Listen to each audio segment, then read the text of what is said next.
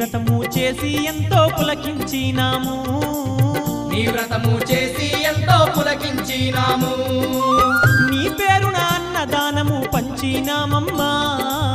అండదండ నీ ఉండి మము ఆదుకోవమ్మా అండదండ నీ ఉండి మము ఆదుకోవమ్మా పసుపు కుంకుమతోని